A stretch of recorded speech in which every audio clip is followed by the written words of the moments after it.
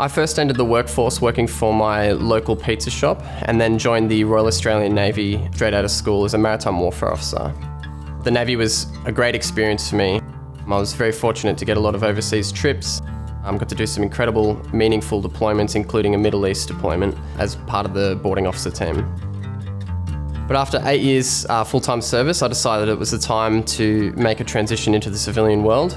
And at that time, unfortunately, was when COVID was first happening, jobs were scarce, and I applied for over 300 jobs in the time span of about 12 months with not a lot of success at all. This takes a pretty big toll on your mental state and also on just my self-confidence in general.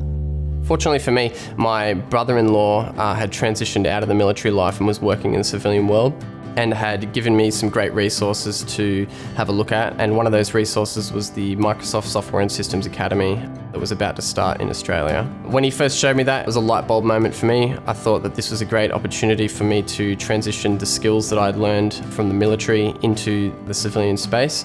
And over 17 weeks, I did a crash course in IT, starting from the very basics all the way through to Azure server management and the more complex scenarios. As part of that course, I get the opportunity to interview for a Microsoft position, and I was fortunate enough to go through the entire interview process and at the end get that job.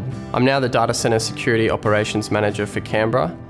Data centers are the backbone of our cloud infrastructure, and it's important to have people like me working there to ensure that the lights are kept on. It's a great fit for me because not only does Microsoft recognise my experience in defence as an officer in a management perspective, but it also recognises my security experience, having been the unit security officer for multiple Royal Australian Navy ships.